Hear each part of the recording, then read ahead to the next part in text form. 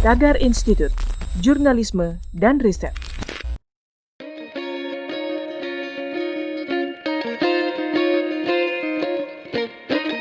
Halo Tagarians, para penonton Tagar TV dan juga pembaca Tagar ID, ketemu lagi sama saya, Kori Olivia. Hari ini saya ingin membacakan ulasan pilihan redaktur Tagar tentang hukuman mati. Menteri Sosial Juliari Batubara ditetapkan sebagai tersangka dugaan korupsi dana bantuan sosial COVID-19 senilai total 17 miliar rupiah. Apakah ia akan dihukum mati? Ketua Komisi Pemberantasan Korupsi Firly Bahuri mengaku tengah mendalami penerapan pasal dengan ancaman pidana mati dalam kasus korupsi yang menjerat Juliari Batubara dan 4 tersangka lainnya.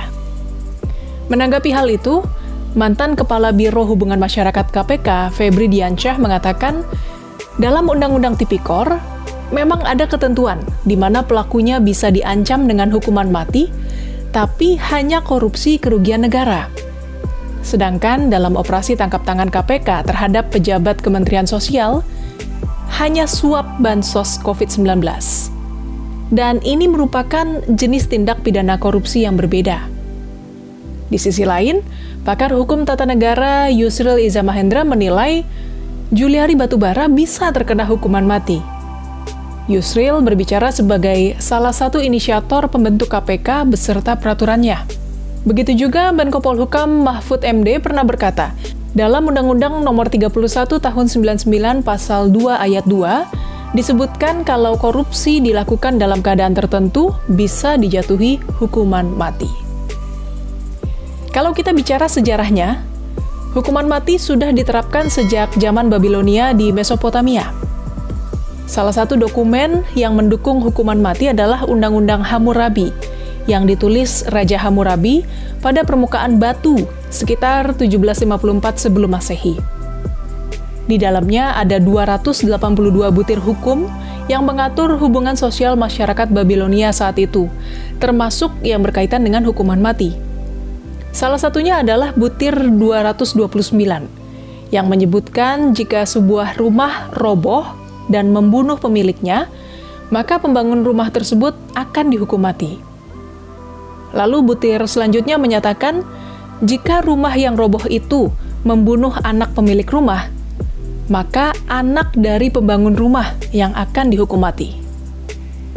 Kemudian pada butir 231 dituliskan, jika rumah yang roboh itu membunuh budak si empunya rumah, maka pembangun rumah harus menggantinya dengan budak yang baru kepada sang pemilik rumah. Teori hukum ini dikenal dengan istilah hilang nyawa dibayar nyawa. Beberapa dokumen kuno lain juga mendukung hukuman mati, termasuk dokumen keagamaan Yahudi dan Nasrani. Sekarang kita bicara tentang jenis-jenis hukuman mati. Romawi kuno memiliki cara beragam untuk mengeksekusi mati para kriminal. Salah satunya dengan melempar mereka ke arena berisi binatang buas, karena mereka dianggap tidak lebih baik dari hewan. Metode hukuman mati ini telah menjadi tontonan publik di arena-arena Romawi, termasuk Kolosium di Roma, Italia zaman dulu. Sementara itu, metode eksekusi mati di Cina kuno ternyata tidak kalah menyakitkan. Antara lain dengan menggergaji, merebus, dan menguliti para tahanan hidup-hidup. Pada zaman dinasti Tang, hukuman mati sempat dihapus di Cina. Tapi kembali diberlakukan pada tahun 759 akibat pemberontakan Ansi yang menelan puluhan juta korban jiwa. Namun di zaman modern kini, umumnya hukuman mati dilakukan dengan menembak kepala, cambuk, pancung, atau menyekap tahanan dalam kamar dengan gas beracun. Hingga saat ini, negara-negara yang masih memberlakukan hukuman mati bagi koruptor atau kasus penyuapan adalah Cina, Korea Utara, Irak, dan Iran.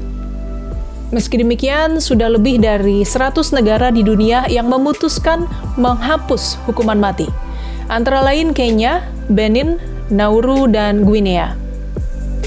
Sedangkan Indonesia sendiri masih menerapkan hukuman mati untuk kasus pembunuhan berencana, terorisme, dan juga perdagangan obat-obatan terlarang. Tagarians, demikian ulasan pilihan redaktur Tagar hari ini tentang hukuman mati. Subscribe YouTube channel Tagar TV dan klik loncengnya juga untuk mengikuti video menarik membahas topik terhangat hanya untuk Anda.